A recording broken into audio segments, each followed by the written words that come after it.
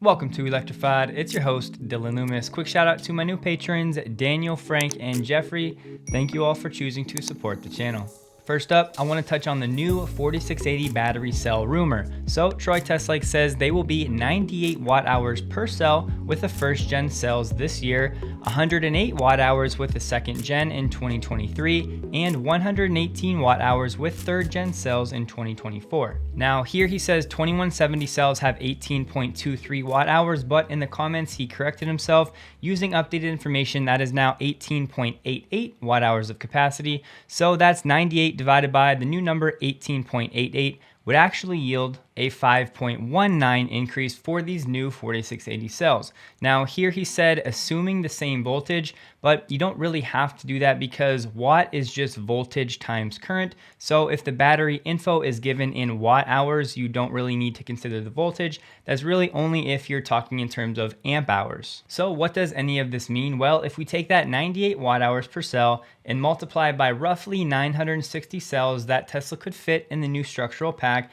that would be about 94,080 watt hours. Divide by 1,000 to get to kilowatt hours. That would leave a 94 kilowatt hour battery pack size for the new vehicles. And remember, the 4680s will only be going into the Model Y to start. So if we compare that new potential pack size to the current Model Y pack size using the updated EPA figures of 83 kilowatt hour packs, that would be a 13.3% increase with these new hypothetical packs. And this would be in line with what Tesla said at Battery Day about expecting a potential 15% range increase with these new 4680 packs. And just to prove it to you, here it is. However, we need to remember Tesla could put some dummy cells into the structural packs and actually keep the kilowatt hour size of these new packs in the 80 to 83 kilowatt hour range, ultimately saving them more cells to make more vehicles. And just for fun, if we take that 118 watt hours with these third generation cells in 2024, do the same math times 960 cells per pack, then divide that number by 1,000, that would give us a 172.8 kilowatt hour pack compared to the current 83 would be about a 108% increase. Moving on, we get some ridiculous news out of Oklahoma. You'll see why in a second. Priscilla said, Oklahoma legacy auto dealers want to shut down Tesla service centers.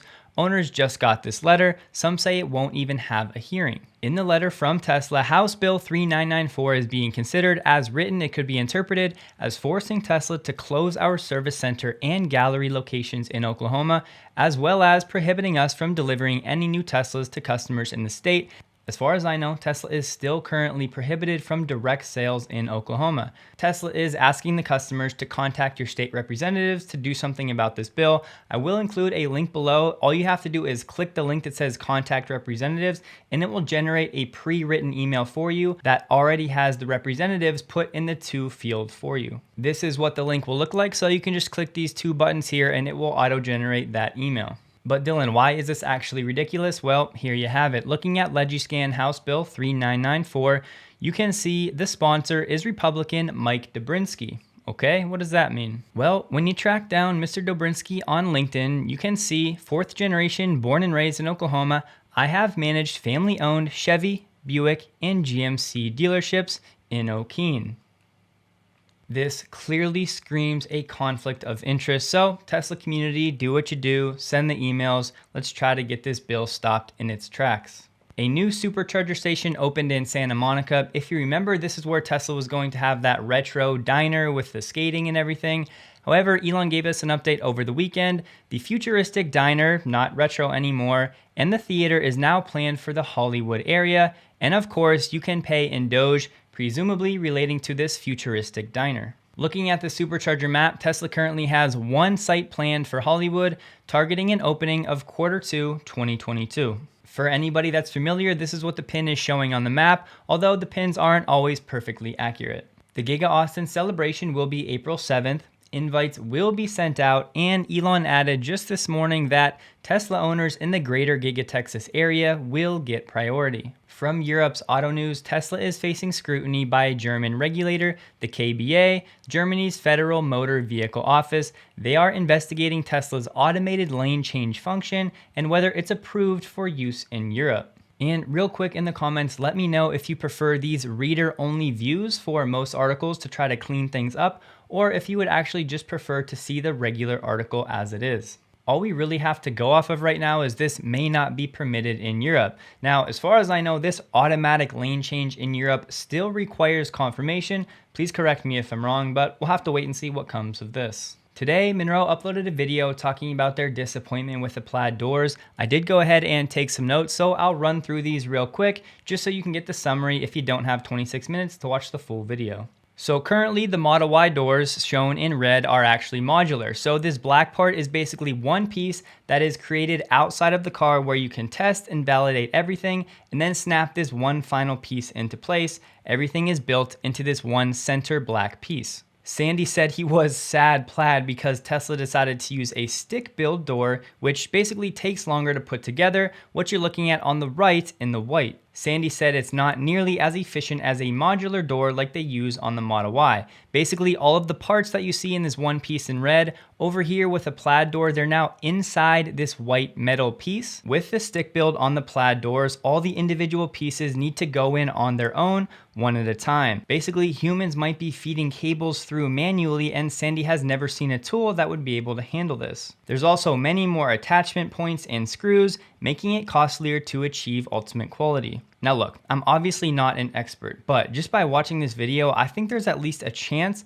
Tesla assembles the pieces inside of the door and then they actually weld the outside metal panel on top of it that would in a way make it a type of a modular panel. What I'm saying is that this top piece in white right here goes on last after all of the parts are integrated underneath, rather than having the white metal part built and then having to feed all of the components through inside after the fact. It wasn't all bad, as they praised Tesla for saving some weight via the laminated glass, removing part of the design that actually sits under the actual door to ultimately save weight and cost. And overall, this is mostly a manufacturing disappointment for Munro. It's not something 99% of consumers will care about. The S and X will also remain lower volume vehicles, so perhaps Tesla didn't want to change over the line and create these new modular doors like they've done with the Model Y. So here we have Senator Warren continually spreading misinformation about Tesla and Elon.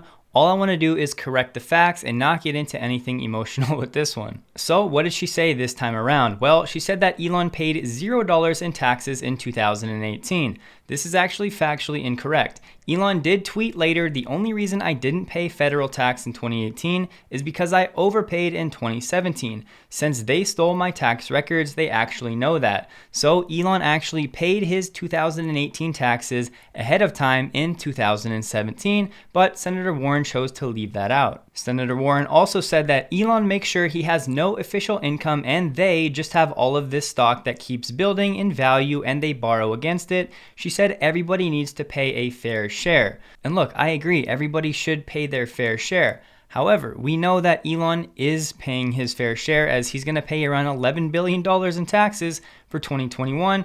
And Elon tweeted this: "We'll visit the IRS next time I'm in DC just to say hi. Since I paid the most taxes ever in history for an individual last year, maybe I can have a cookie or something."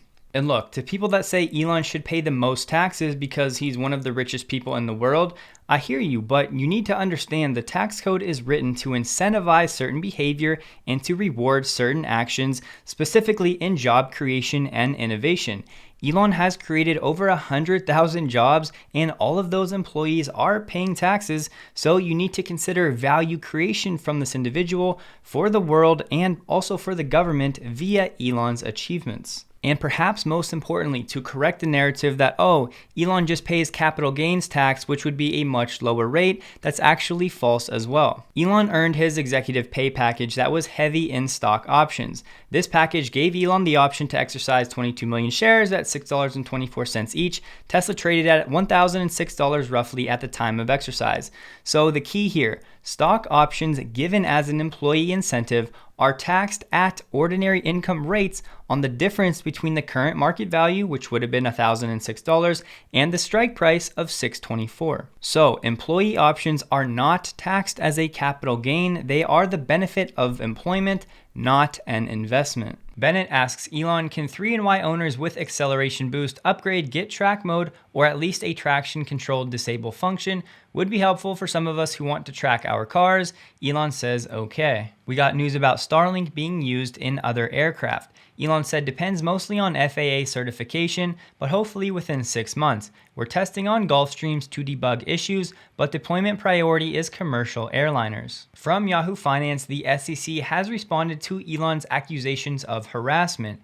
The SEC's lawyer Stephen Buchholz wrote to the judge saying the commission's enforcement staff have sought to discuss any concerns about the settlement with Tesla and Elon's attorneys. The SEC said that Elon's lawyer Alex Spiro, his letter incorrectly implied the commission staff have issued subpoenas in this litigation. That's simply not true. The commission staff have not issued any subpoenas in this litigation. And with regard to why the SEC hasn't paid out those $40 million fines in the last 3 years, well, the SEC said in the letter it has taken time to develop a plan given the complexity of the distribution, and it plans to submit one to the judge by the end of March. Now, yes, it could be a coincidence that 3 years go by and there's no payout, and then Elon and Tesla come out and apply some pressure to the SEC, and what do you know, in a few weeks they're gonna come up with a plan. From Tasmanian, CATL has officially started building that $440 million factory right next to Giga Shanghai. The factory will reportedly be put into operation within a year. Now, of course, that's very vague,